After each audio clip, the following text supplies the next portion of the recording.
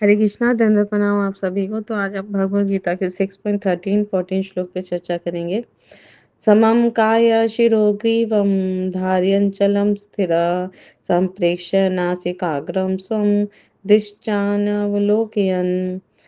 6.14 प्रशांतात्मा विगतभीर ब्रह्मचारी व्रते स्थिता मन संयम मच्चित्तो युक्त आसीत मत पर। अनुवाद तथा तात्पर्य श्री प्रभुपाद जी के द्वारा श्री प्रभुपाद की जय। योगाभ्यास करने वाले को चाहिए कि वह अपने शरीर, गर्दन तथा सिर को सीधा रखे और नाक के अगले सिरे पर दृष्टि लगाए। इस प्रकार वह अविचलित तथा दमित मन से भय रहित विषयी जीवन से पूर्णतया मुक्त होकर अपने हृदय में मेरा चिंतन करे और मुझे ही अपना चरम लक्ष्य बनाए। तो बहुत सुंदर यहाँ पे समझा रहे हैं भगवान की। जो योगाभ्यास करते हैं व्यक्ति, योगी जो होते हैं, वो अपने शरीर को और गर्दन और सिर को सीधा रखें और नाक के अगले सिरों में जब हम दृष्टि केंद्रित करते हैं तो और अविचलित मन से, है ना, भय रहित भगवान को चरम लक्ष्य बनाते हैं, भगवान का ही ध्यान करते हैं, तो वो परम सिद्धि प्राप्त करेंगे। तो तात्पर्य में शिव बाबा जी बता रहे हैं कि सभी के जीवन का, प्रत्येक जीवात्मा के जीवन का उद्देश्य है भगवान श्री कृष्ण को जानना। तो प्रत्येक, क्योंकि भगवान प्रत्येक जीव के हृदय में चतुर्भुज परमात्मा रूप में स्थित हैं, तो हमें उन्हें जानने का प्रयास करना चाहिए। तो एक मार्ग है ये ध्यान योग, जिससे हम भगवान को देख सकते हैं, जान सकते हैं, समझ सकते हैं। तो योगाभ्यास का जो प्रयोजन है वो भगवान विष्णु के इसी अंतर्यामी रूप की खोज करने और देखने के लिए है। तो अंतर्यामी विष्णु मूर्ति प्रत्येक व्यक्ति के हृदय में निवास करने वाले भगवान श्री कृष्ण का ही स्वांश रूप है। तो हम भागवतम में इसका विस्तार पूर्वक वर्णन देखते हैं कि भगवान श्री कृष्ण के अंश श्री विष्णु हैं परमात्मा स्वरूप में, वो हम सबके हृदय में है। तो अगर जो भगवान विष्णु की अनुभूति करने के अतिरिक्त कोई और कार्य करता है योगाभ्यास के द्वारा, तो वो कपट योग है ना, वो अपने समय का अपव्यय कर रहे हैं। तो क्यों? क्योंकि भगवान श्री कृष्ण ही जीवन के परम लक्ष्य हैं। प्रत्येक हृदय में स्थित विष्णु मूर्ति ही योगाभ्यास का लक्ष्य है। तो भगवान को ही प्राप्त करना हर योग का लक्ष्य है, परम लक्ष्य है। तो इसके लिए हमें ब्रह्मचर्य व्रत का करना अनिवार्य है। तो मनुष्य को चाहिए कि घर छोड़ दे और किसी एकांत स्थान में बताई गई विधि पर आसीन होकर रहे।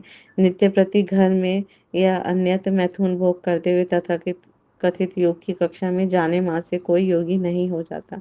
जब मन को संयमित करने का अभ्यास करना होता है तो सभी प्रकार के इंद्रिय तृप्ति से बचना होता है। तो महान ऋषि याज्ञवल्क्य ने ब्रह्मचर्य के नियमों में हमें बताया कि कर्मणा मनसा वाचा सर्वावस्थासु सर्वदा सर्वत्र मैथुन त्यागो ब्रह्मचर्य प्रचक्षते।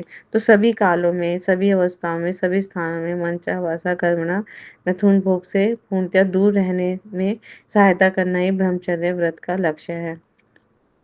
तो 5 वर्ष की आयु में बच्चों को गुरुकुल भेजा जाता था, है ना। तो वहाँ गुरु उन्हें ब्रह्मचारी बनने के दृढ़ नियमों की शिक्षा देते हैं। ऐसे अभ्यास के बिना किसी भी योग में उन्नति नहीं की जा सकती, चाहे वो ध्यान योग हो या ज्ञान योग या भक्ति योग है।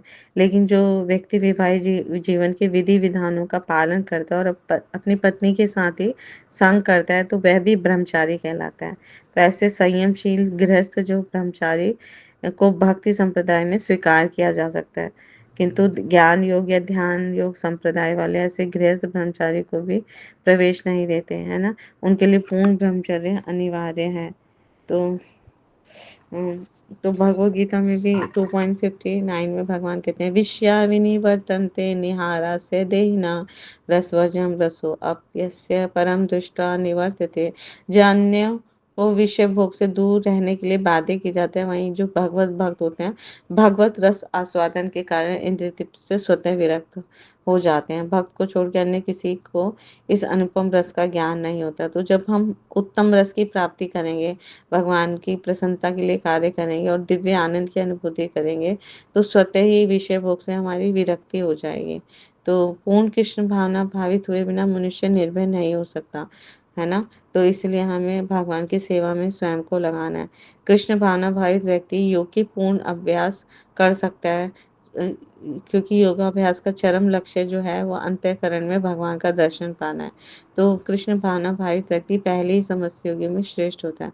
सदैव उसकी जीवा पे भगवान का पवित्र नाम होता है। हरे कृष्णा कृष्णा कृष्णा हरे हरे, हरे राम राम राम हरे हरे। तो इस तरह से उसने भागवत प्राप्ति पहले ही कर लिया और भगवान परम लक्ष्य को प्राप्त कर लिया। तो उसका मनसा वाचा कर्मणा वो भगवान की सेवा में लग गया है। अपना जीवन का लक्ष्य वो प्राप्त करके रहता है। तो इस तरह से भक्ति योग जो है वो सबसे सर्वश्रेष्ठ साधन है। तो यहाँ पर भगवान श्री कृष्ण बता रहे हैं कि शरीर, गर्दन और सिर को एक रेखा में सीधा रखकर योगी नासिका के अग्रभाग में देखते हुए, अन्यत्र न देखते हुए मन जो है भगवान श्री कृष्ण में स्थिर करता है। तो ये कलयुग में ये ध्यान लगाने की प्रक्रिया अत्यंत दुष्कर है, क्योंकि भगवान कहते हैं खाइते छुईते यथा तथा नाम लय, देश काल नियम नहीं सर्व सिद्धि है। अगर हम खाते हुए, सोते हुए, चलते हुए, हर कार्य करते हुए भगवान का नाम लेंगे तो हमें सारी सिद्धि मिल जाएगी, सारी योग सिद्धि मिल जाएगी, सब कुछ मिल जाएगा। हम इसमें कुछ भी संशय नहीं करना चाहिए। तो क्योंकि इस कलयुग में तो मन वैसे ही चंचल है और चंचल वस्तु को स्थिर कर पाना बहुत ही असंभव कार्य है।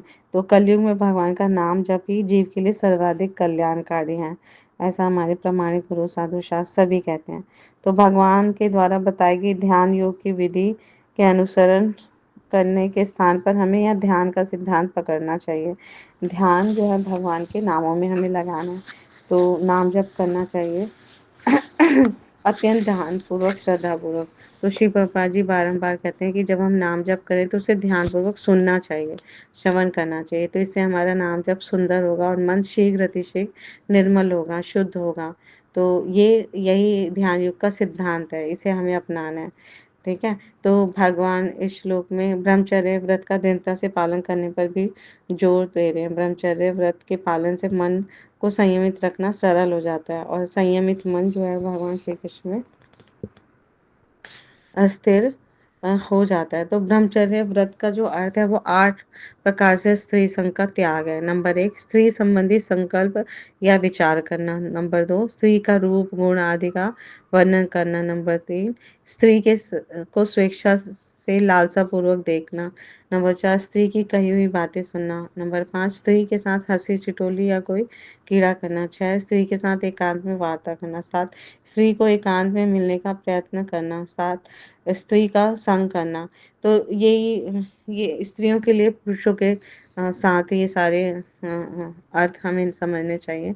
तो ब्रह्मचर्य व्रत का अर्थ यह है कि हाँ, स्त्री को पुरुष से, पुरुष को स्त्री से अलग रहना चाहिए। इन 8 प्रकार में से किसी भी प्रकार से योगी को स्त्री का संग नहीं करना चाहिए, अन्यथा मन में काम उत्पन्न होगा और फिर मन जो है भगवान श्री कृष्ण में स्थित करने में अत्यंत कठिनाई होगी।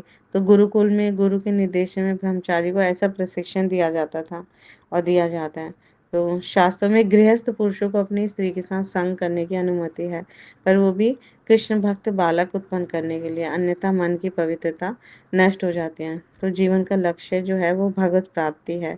तो वो हम अ, अ, किसी भी वर्ण और आश्रम में रहकर प्राप्त कर सकते हैं। तो इन शास्त्रीय आदेशों का पालन करने वाला गृहस्थ भी जो है वो योगी कहलाता है। तो इस तरह से जब हम भगवान की सेवा में लगते हैं तो किसी भी वर्ण और आश्रम में हम भगवत प्राप्ति कर लेते हैं। Thank you so much. Guru Maharaj की जय, श्री प्रभुपाद की जय, आप सब भक्त की